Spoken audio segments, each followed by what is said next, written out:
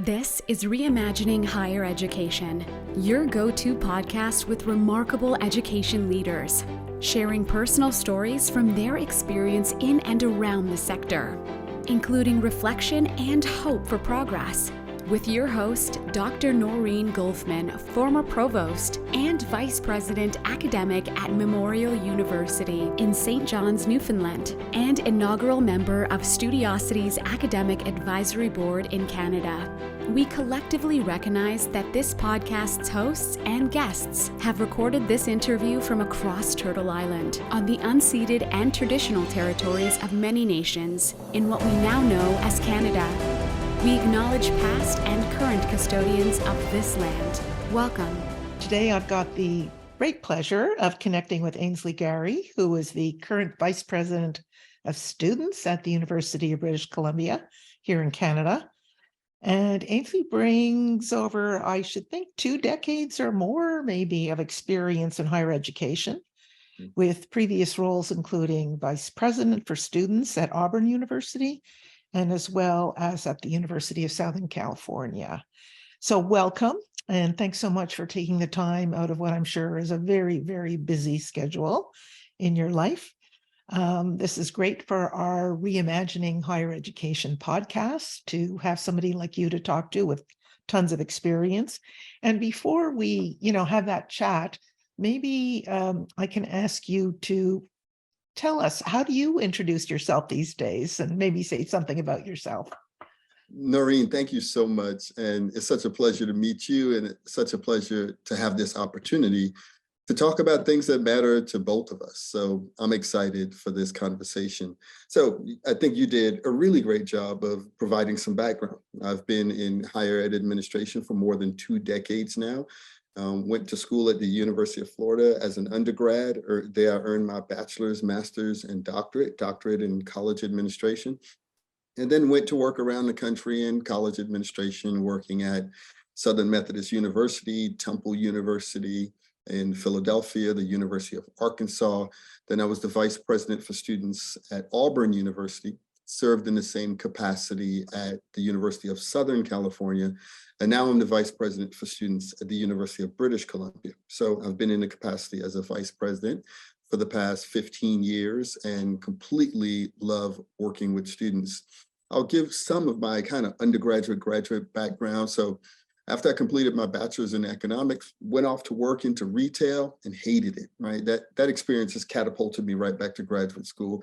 And I started off in a graduate program by saying, I want to help young adults make meaning out of life. What degree program is that? And they said, oh, sounds like you'd be interested in higher ed administration. I wasn't familiar with the field. I didn't know anybody in the field other than I went to university, and many of the people that most impacted my life were the dean of students and academic advisors and financial aid advisors. While I was a student, I didn't realize this was a profession. And all the right words fit: young adults, helping them find purpose and meaning, counseling, higher ed administration. So that's become my path for the past 25 years. And I am doing exactly what God designed me to do, and I love it. Man, you're lucky, as a retired or recovering senior administrator. I have to say that working with students is what brought me into professional academic life. And not everybody gets to work so closely with students in that capacity. So you've done some very smart moves, I should think. Yeah, absolutely. We asked you to choose an object. It's a bit of a funny question, but it's a way of opening up something about you that means something special to you, or that maybe embodies your experience in some way. Yeah. So what have you got? So for the past maybe 3 to 5 years, I have been working in college administration with a real interest in moving the profession forward and being a better senior administrator, and trying to understand, rather than being in a position where we are responding to student demand, student issues, student crisis, I've constantly been thinking about how do we prepare for what's to come? And how are we more future oriented and more proactive about issues going around? So back in 2013, 2015, I was studying issues around campus protests, and what students were looking for with regard to issues of equity, diversity, and inclusion on campus.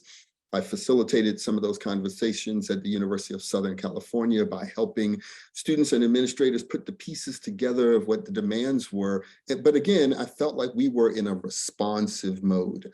Then I thought, what's the next issue? What's the next issue that I should be prepared for? And perhaps even dive into the literature to the point where I can prepare my professional colleagues that this is coming next. We should be prepared with a playbook to challenge it, to be involved in it, to be thoughtful about it, rather than constantly feeling on our heels and we're reacting to things that we aren't completely aware of. So what I bring today is my latest work in this space is a book entitled Washington Next, and it's about disputed monuments, honorees, and symbols on campus. This was a passion project for me. So back in 2015, after we were working with students on student demands around equity, diversity, and inclusion, I saw next these debates around issues of campus memorialization. I saw in many Southern institutions, Confederate leaders, segregationists, eugenics leaders, leaders who advocated for lynching and massacres, leaders who were opposed to anti-lynching laws. Their names were adorned on college campuses, administration buildings, residence halls, and statues were throughout cities around the South, honoring leaders of the Confederacy, leaders who were active segregationist governors, governors who stood in front of schoolhouse doors and said, segregation now, segregation forever, and segregation tomorrow. And I realized this is going to be a challenge at our institutions as we continue to diversify, as we continue to say, dear students, come to our universities, we welcome the world. And then we ask them to live in a residence hall that is named after a segregationist, that is named after a person that said, we don't want you here. This is hypocrisy in its definition. This does not work for the students who are far more conscious about these issues of equity, diversity, and inclusion. So I went to work on figuring out what would that look like and pull together this piece, Washington Next, to help universities grapple with the issue. The book is not about you must remove all memorials. It's about how do you have this difficult conversation? Because in some cases, the disputed memorial is the name of the university. It is the founder of the university. Washington and Lee University is named after first President George Washington and Robert E. Lee, the leader of the Confederate Army. So how does Washington and Lee discuss this in a thoughtful, considerate way that honors the institution's history, but also lets those students who are being welcomed to the institution understand what this means and deal with it in a way that they can all move forward rather than be stuck in the past around these issues. So I bring this book as a product of my efforts, but also it is my passion right now. Wow, that is so interesting. I'm personally very interested in the whole subject of memorialization. So I have to ask you, as a Canadian campus leader, I guess a lot of that book comes out of your experience as an educator, even as a student in a US context. And it's not like we're not having the same kinds of conversations, but there isn't the same intensity of racial history, isn't the same maybe self-consciousness about that kind of thing. You know, Ryerson University is now the Toronto Metropolitan University. So that marks a big change. And it's a kind of first step towards that kind of thing in this country. But I wonder on your campus, or maybe in the Canadian landscape, such as you experience it, and what's the carryover from that work that you see? Noreen, thanks for that question. I think it's a very insightful question. So as you acknowledged, I started this work while I was the vice president for student affairs at a US institution. And so this was prominent throughout the United States. How do we think about these things? However, these issues exist in Canada as well. Now, it is not the Civil War. It's not the Confederacy. It's not segregationist governors. But many of these things also exist in Canada. The history of enslaved people, the history of Indigenous people, residential school systems, former premiers and prime ministers who were advocates and supporters of residential schools. Guess what? Their names are on streets throughout Canada. Their names are on academic buildings throughout Canada. So although the subject matter or the identity of the individual might be different, and it's not a Confederate soldier we're talking about here, but the issues of segregation existed in Canada. Issues of enslaved people existed in Canada. Issues of Indigenous people, which I want to center, like I would bring that right back to the forefront, especially residential schools exist right here in Canada. And we have to do this type of thorough cleansing and examination of where is it? Is it on campus buildings? Is it street names? Is it scholarships and awards that are given out at the university?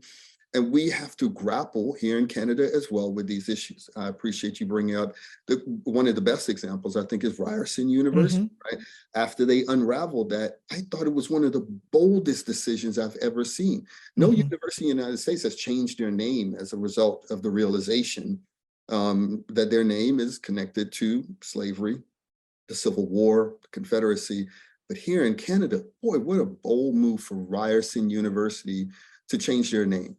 If you think about that, right? The financial implications of undoing 50 years, 75 years, 100 years of being named something, T-shirts, business cards, books, promotional material. How do you recruit students to your university when you go through a complete rebranding? Yeah, many universities have changed a building name or a sidewalk or a street name, but to stop and say, we're going to call ourselves something completely different because of the history we just unraveled, I think is a tremendous stroke of bravery. And I salute Ryerson and that team that pulled together that bold report and the administration that moved forward on that recommendation.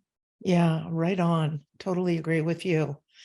So let me ask you, you said you were studying economics as a student. So that's an unusual path in my experience for somebody, and that's, kind of a loaded question, but we don't have to go there.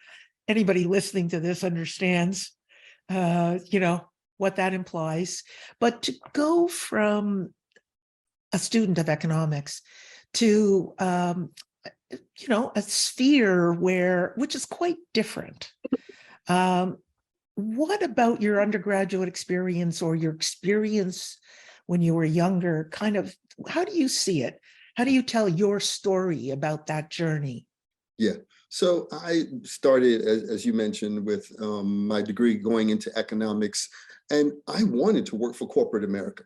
I wanted to work for a Fortune 500 company, kind of start at the ground level, work my way up the management chain, and someday be the CEO of a Fortune 500 company in the United States. Like, that's what I wanted to do. So I thought business or economics gave me the best chance to do that. So that was 18-year-old Ainsley's aspiration. So I majored in economics, completed my degree in that space, and then went to work into retail, went right into work into retail. And boy, guess what? I was focused on moving merchandise off the shelf. We were focused on selling products. We were focused on laundry detergent and household goods. And I felt nothing about developing people. And suddenly I realized, as a first year manager, whoa, wait a minute. I don't wake up excited about this work. And I had a lot of colleagues who did. A lot of people were very interested about how we would set up the Tide laundry detergent display so more people would purchase it. I found no excitement in this, but I understand that people are excited about it. So I'm not here to disparage that work and that interest. Sure. So after a year of doing that, what I learned more than anything else was what I didn't want to do. So that experience catapulted me back into graduate school. And today I have an appreciation for go off and do that thing. Say yes to that assignment and realize what you want to do. So I think internships and practicums and all of the things that students have a chance to do as an undergrad in their first and second year of enrollment, junior and senior year, is an opportunity to find out who you are and what you don't want to do. It's not time wasted or taking a class and realize, oh, I don't like this class. is an exploration of your identity and yourself. So this is an opportunity to find out who you are. And but I have found my economics degree to be one of the most helpful pieces of information because the world is run in an economic way. Universities are economic institutions. So it was no wasted time majoring in economics, but I realized that I didn't want to work for corporate America to do this work. Universities are large business organizations, so I do find the notions of supply and demand remaining important, but it didn't force me into staying in this space. Yeah, terrific. And unusual, I would say, again, but I'm sure there's lots you can talk about that fills in some of those dots or spaces between those dots. So as an educator, looking at the future and looking at trends, I guess, and anticipating challenges of the future, you know, how do you go about doing that? How are you reading the future? Yeah. You know, educators are, as you say, are rather administrators, so responsive bound, reflex bound, right? Yeah. How do you do that?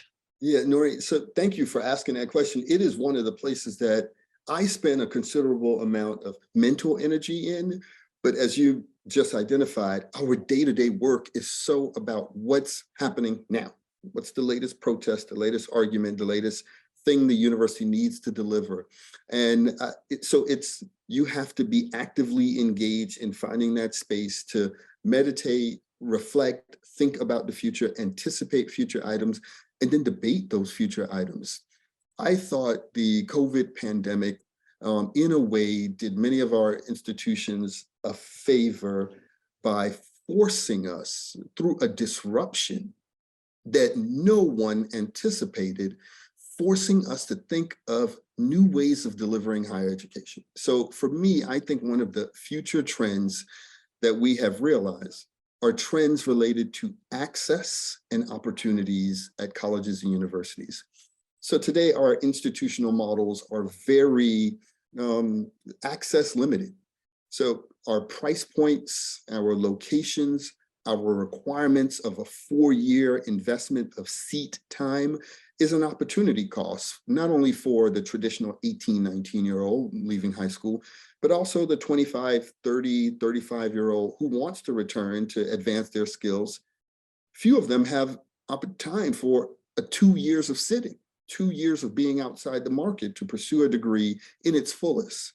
So our adult learners are coming back part-time, and that part-time degree now takes 3, 4, 5 years to get done. But boy, the pandemic helped us realize we can deliver education at a distance in an effective, quality way. It wasn't perfect because we rushed into it. You know, in March, everyone was told, go home and figure out how to deliver your class by the end of the term. But boy, now that we are, you know, a year plus beyond that, I think we should look back at that window of time and say, what were the disruptions that we should maintain? What are the disruptions that require us to think about innovations? What concerns me is the inelasticity of higher education.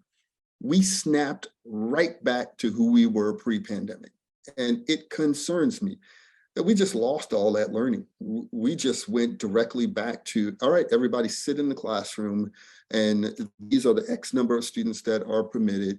And students are raising their hands saying, wait a minute, remember that lecture capture thing where you were recorded and I could watch it multiple times? Can we do that again? Wait a minute, I'm a student with a disability and I had a chance to slow down the audio. I had a chance to sit in my living room and do this. Can we do that again? But so many institutions have said, nope, we are on the ground, show up and return.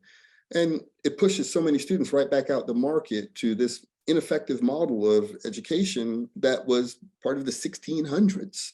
I would love for us to find a way to do both, to find a way to do what students enjoy, faculty enjoy, kind of the face-to-face, intimate, Socratic method of education. But boy, I would also love for great universities to continue to find ways to deliver this product to students around the world and make access a priority rather than exclusivity. So why do you think we've jumped so quickly back to old patterns. Was it the path of least resistance? Expediency of some kind without listening to our students? What do you think it was? Yeah, I also think here in in Canada and the United States, we've been delivering education this way for 400 years. Yeah. So Yeah. it's going to take more than 2 years of a pandemic for us to unravel what we've been doing for 400 plus years. And, higher education has existed since the 1600s all over the world. And, many institutions snapped right back to who they were before. So I do think it will take a disruptive innovator, a disruptive institution to suddenly start taking market share away from universities who've always done it this way. Mm-hmm. But universities, the Harvards, Princetons, Yales, McGill, University of Toronto's, UBC, are about reputation and brands. So students come to us for the solid reputation and brand. But as soon as we are faced with a competitor that disrupts reputation and brand, makes that less relevant, boy, we would be forced to find a way to compete with that competitor. And I thought the pandemic was the opening to an institution taking a bold step and doing something in an innovative way. Now, look, MOOCs, people have done that, massive open online courses and hybrid. So I don't think anything during the pandemic was new. But what it did, it forced us into it. Let me take student services, for example. Student counseling services, for years, I've been saying, can we deliver some of this virtual because we can't meet the demand in our physical space? The counselors said, absolutely not. Students need to be face-to-face. This is the only way to do it. They have to come into our offices. Well, when the pandemic hit, everybody was at home, counselors and students. And guess what? We continue to deliver student counseling services for 2 years almost. Mm-hmm. And now we have maintained a hybrid model here at UBC where there are on-ground counseling appointments available and virtual counseling appointments available. And now counselors are saying, I want to continue to do hybrid. Right? So once we got forced into it, I think the innovation came on board. But to answer your initial question, our snapback is based on centuries of this is how we've always done it. Yeah, and I think you're quite right that the sphere of activity at universities that has moved forward is that counseling site, because it is so one-on-one dependent or even small group dependent, and you can do that this way. That's right. It's a conversation like the one That's we're right. having, right? So yeah. Also, I want to add the snapback is also an economic reality. Part of our universities are based on our ability or the revenue generated by housing, dining, athletics, parking, childcare, transportation. We have built an infrastructure that requires participants, right? We have lots of buildings, lots of classrooms, lots of technology, and we need participants in that economy. Otherwise, all of this material sits unused. So I think part of the snapback to let's be back is the fact that we have an infrastructure that is dependent on that. It would be like suddenly, you name the corporate entity who suddenly McDonald's doesn't do hamburgers anymore. So they have an infrastructure designed to deliver hamburgers. What would be their use of grills if suddenly people say we don't eat meat anymore? Boy, they would be in a huge heap of trouble trying to figure out what to do with the infrastructure that they have that was designed to deliver that product. So we have an economic infrastructure that's designed to deliver a particular product, and that's what we snap back to. Indeed.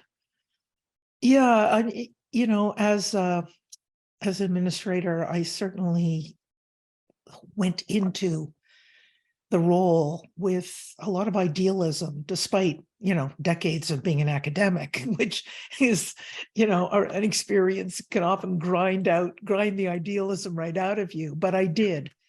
And coming, eventually to an appreciation, understanding, or recognition of the big hunking institutional presence, the reality of it, the big ship that's so hard to turn around, so hard to transform. So many of us do have a view to transformation, and it's hard. It is hard. Yeah. listening to our students is a really, really important thing to do. And you have that advantage, I Yeah. think, Yeah. of being close to those conversations. Where I find some solace, some good feelings is that if we look back at higher education during our professional window of time, it's a fraction of the institution. But if we can remember what these universities look like in the 1960s, we'd be saying, boy, this place has come a long way. Even if we go back to the 1980s, I'm sorry, early 2000s, progress is made, it's slow, and it's over a long period of time.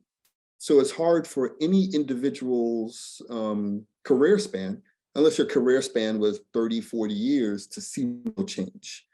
But when you look back at pictures, understand, historians, or talk to graduates when I meet the alum who come back for their 50-year anniversary, and they're saying, boy, we had one residence hall, it was for women only, and it was, 300 people could live in it. Now you have 15,000 spaces, and so then you start to appreciate how a lot has changed.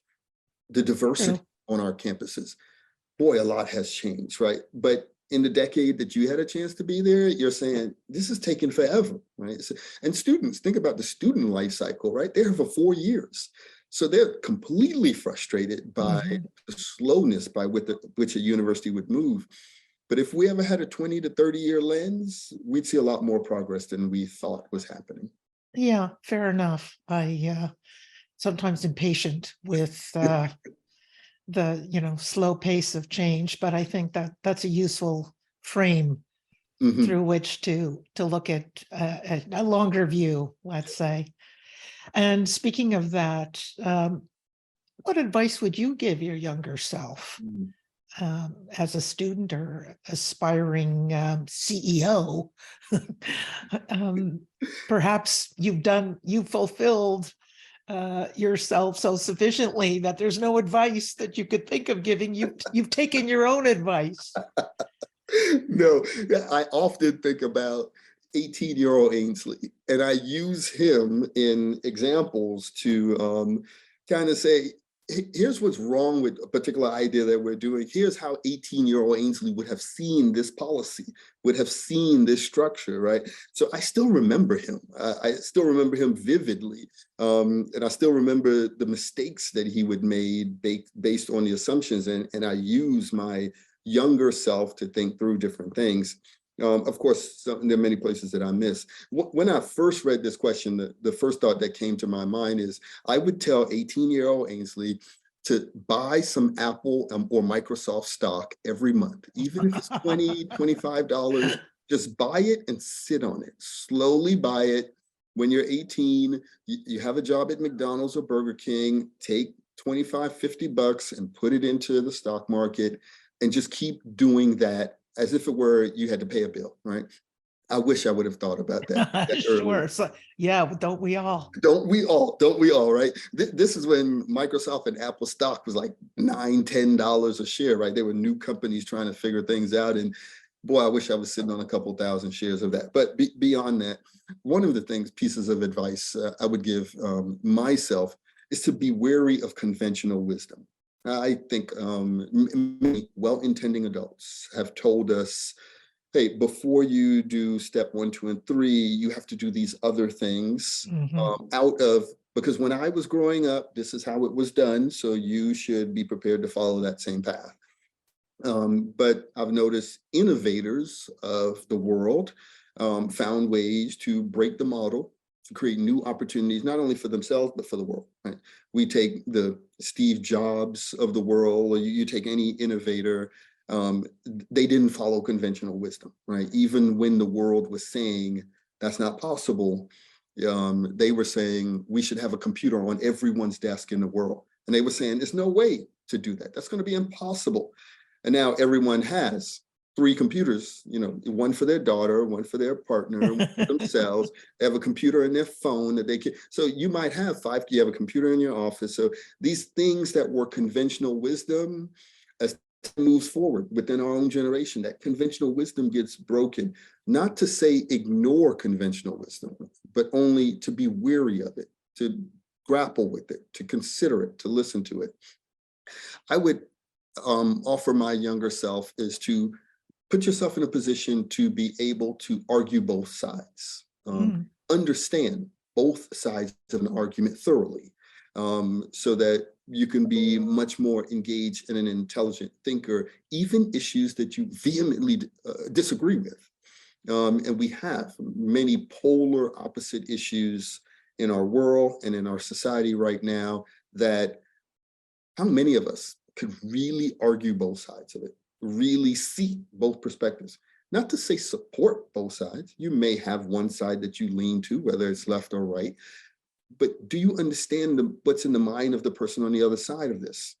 And I think this is a skill that is disappearing in our academic institutions, because there's this feeling that you have to be either far left or far right, and there's no in between. There's no capacity or appreciation for being able to enjoy both sides of an argument. And then the last thing that I would say to younger Ainsley is choose the path that gives you the most options. Often we pick the easiest path. Sometimes the easiest path, when you complete it, you may feel a sense of accomplishment, but it left you with fewer options than if you took the more difficult path. So in so many places in life, earn the other degree and work your tail off, earn the PhD rather than the EDD, perhaps, study this discipline, but look at things that leave you with multiple options, because I think that's what richness is about. It's not about financial gain. It's about having options that I could choose to work in retail, I could choose to work in higher education, or I can choose to go to a law firm. But how do you enrich your life in a way that gives you multiple options? That is what I would have talked to younger Ainsley about. Well, you somehow realized that there were other options. I mean, part of the challenge when you're young is the ability or capacity to recognize options, and the world seems so much smaller in a way than we might now see. Options are always out there for people. It takes, paradoxically enough, I guess, more experience, more life experience to recognize that. Yes. So it's a kind of backwards process, but it's very good advice. Yes, indeed. It reminds me of the statement, wisdom is not wasted on the young. Yeah. Right? So when you're 18, I may have heard that piece of advice. Someone may have whispered this to me. I may have read this in an article, but it completely went over my head. I completely ignored it because it didn't benefit the immediacy of what I was worried about or concerned about. But now, 50-year-old version of me is saying, hey, knucklehead, listen to that, right? So I do imagine the Back to the Future worlds where I get a chance to sit down with the younger version of me and say, listen to this. I am coming to you from your future. You should do these things, but that technology hasn't been invented yet. I hope it won't be, actually. I'm exhausted enough. I know we haven't got that much time left, but maybe in the time we do have, you can talk a little about this rather bold initiative that you launched, and that's a strategic plan for students, the first of its kind, to my knowledge, in this country, in Canada. I don't know whether others have copied you or have been, certainly they've been inspired by it. I've taken a glance at it. I'm really interested, first of all, in how you sold that to your colleagues. It's a big initiative and it's so outside the box. It seems so obvious. We have strategic plans for every other bloody thing, except like the subjects of our mission, right? So tell me a little bit about that. I think it's brilliant. Noreen, you've answered the question for me. All I would just say to the audience right now, any questions, right? Because you just answered the question. So the most obvious part was upon my arrival, coming from the US after 20 plus years of higher education work in the United States, I came across the board, and the first thing that I looked at for as vice president for students, what's our plan for students? What is our promise to students? What is our commitment to students? Where do we articulate this? Where does a student read it and say, I am choosing that university because they've decided that they're doing these 5 things for me? Where is that? So I kept asking around because I saw a plan for sustainability. I saw a plan for trash removal. I saw a plan for the next century. I see an academic vision. I see a divestment plan, an sustainability plan. So I'm seeing a lot of it. There were a dozen plans I studied in preparation for the role, but I couldn't find that plan for students. I couldn't find it in a current version, nor could I find it in a past version. I kept thinking to myself, I'm sure one of my predecessors had done this before, and I could look back at the prior version of this and perhaps update it and forward. So where is that plan? And I met with my staff and team, and part of my getting to know the university and listening was asking them, what are our shared agreements in housing and dining and the recreational facilities and the athletic programs and student activities and leadership development? The VPS portfolio is 25 different departments, but what's the 3 things that we're doing together to move the student experience forward? And boy, we had a lot of half answers to that within our student affairs work and outside, even in the academic mission. Everyone is kind of, floating on their own bottoms. Everyone is doing their own thing. And I said, okay, we are a collection of units for a purpose. This portfolio exists with the existing units for a purpose. And that purpose is students. We can all agree to that. No one will deny that. But collectively, what are we trying to advance for students? So we had that conversation for perhaps a year, not only internally and a lot of reflection, but also with students. What's the thing that we're not doing? So I asked students 5 questions that got us to where we are in our strategic plan. What's working for you? What's not working for you? What must we retain no matter what? What must we stop doing no matter what? And then the last question was, what question am I not asking you that you wish you had a chance to talk about? And we did more than a dozen listening sessions with a couple hundred students, and we had transcribers in there taking notes, and a group of graduate students who would listen to it, take notes, and then take it back to their data research and crunch the themes and the numbers and how many times certain stories and issues came up. And that's how we developed our strategic plan focused on students, by listening to their responses to these questions. So then we went back to our group of units and said, here's what we learned from students. We learned that healthcare is difficult to navigate here. We assume they're 18 years old, they are adults, they know how to navigate healthcare. But you tell that to the student who's moving to Canada from Abu Dhabi or from Miami or from Los Angeles, welcome to Canada. Your healthcare needs are provided in this system. What system? Right? They don't know, and we don't make it easy to navigate healthcare on campus. And lo and behold, what these students were telling me was, I go back home for healthcare. So I wait a year with this cold or with this virus or with this flu in order to see my home doctor because I can't find a local doctor to help me navigate this system. Especially international students. If you're from the province, you can find it. But if you're coming from another country, so we had this hands-off model of student healthcare that was completely assuming students are fully functioning adults and we should not micromanage their healthcare or help them navigate healthcare, which is obscene. So after we, provided a few examples, a number of people started to say, oh, that kind of makes sense. 3 months ago, these students were in high school and their parents were making all their healthcare decisions. Now they show up here at 18 plus years old, nearly 19, and we say, go make your own healthcare decisions, and mom is on the other side of the world.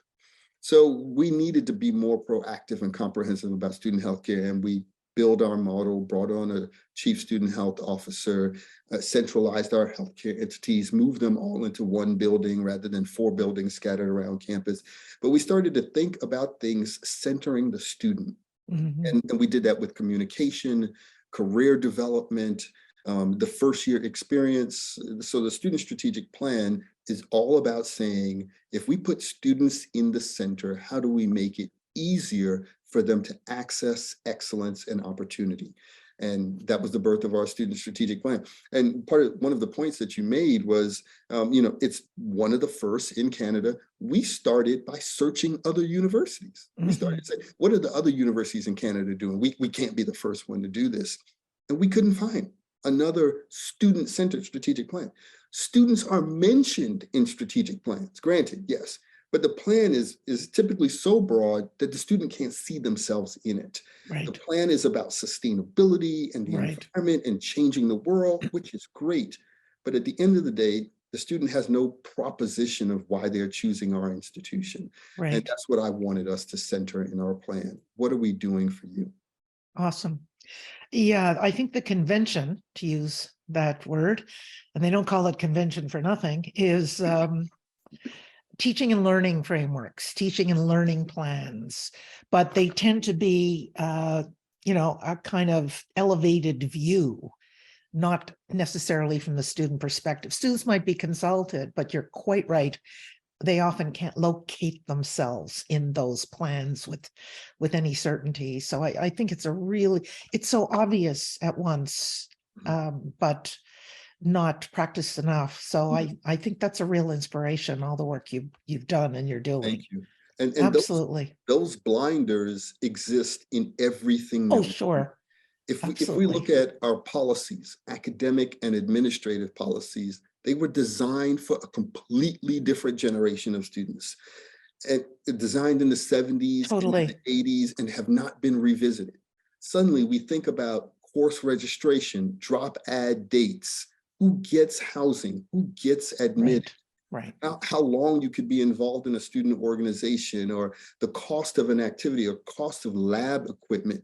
Right. Why does a textbook cost $600? Like, you would never walk into a bookstore and purchase a $300 book. I know. I don't care who wrote it. Right. Why does a chemistry book cost $300? Yeah. So there are so many things that are completely out of whack with today's reality, that these systems just need to be challenged if we looked at it from a student perspective. It's not easy moving some of these mountains because they have been embedded for so long, but there's so much logic in thinking about, if we think about the anxiety and depression that students are experiencing, the health issues that students are experiencing, in part, it's by our own doing. We have put a policy or a practice in place that makes it difficult unnecessarily for a student to find a place in a residence hall, for a student to find a decent meal, for a student to be able to afford the university, for a student to buy textbooks. Why would I buy a $300 textbook? We should never allow a $300 textbook in a school. It doesn't make any sense. It doesn't make any economic sense. Yet that's what the market forces, and we just keep doing it. So I hope you get lots of support for what you do from your colleagues. Hey, I not mean to put you on the spot, but the kind of energy and kind of fresh way in which you approach your role and your environment probably makes people around you think, oh, this guy's way too idealistic, but you put it into practice. You're putting it into practice. That's right. That's right. And there's a fair share of resistance. You are, like you said, a recovering administrator. Yeah. You've been on both sides of this equation. So you're fully aware that even the best ideas experience resistance for a time, until people suddenly say, you know what, that does make sense. And eventually it will become their idea rather than Ainsley's idea. And that's what helps it get over the hump. And if you're not concerned about receiving credit, we can accomplish anything. So I will plant the seeds where they will grow, and sit back and wait, deal with the resistance, work with the resistance, because ideas take time. And that's what I am willing to be patient about. But for me, the student is what's most important, and we need to navigate around that. Ainsley, thank you so much for this, for your time. I've learned a few things, and I know people listening to this will take from it the same inspired freshness that I feel just talking to you. Hey, Thanks so much. It's been a real pleasure. Thanks so much for just taking the time to share with us. Noreen, the pleasure has been mine. I really enjoyed our conversation today. Great. Terrific. Have a good Ciao. day. Mhm. Visit studiosity.com/Students First for information on the next Students First Symposium, an open forum for faculty, staff, and academics to candidly discuss and progress the issues that matter most in higher education.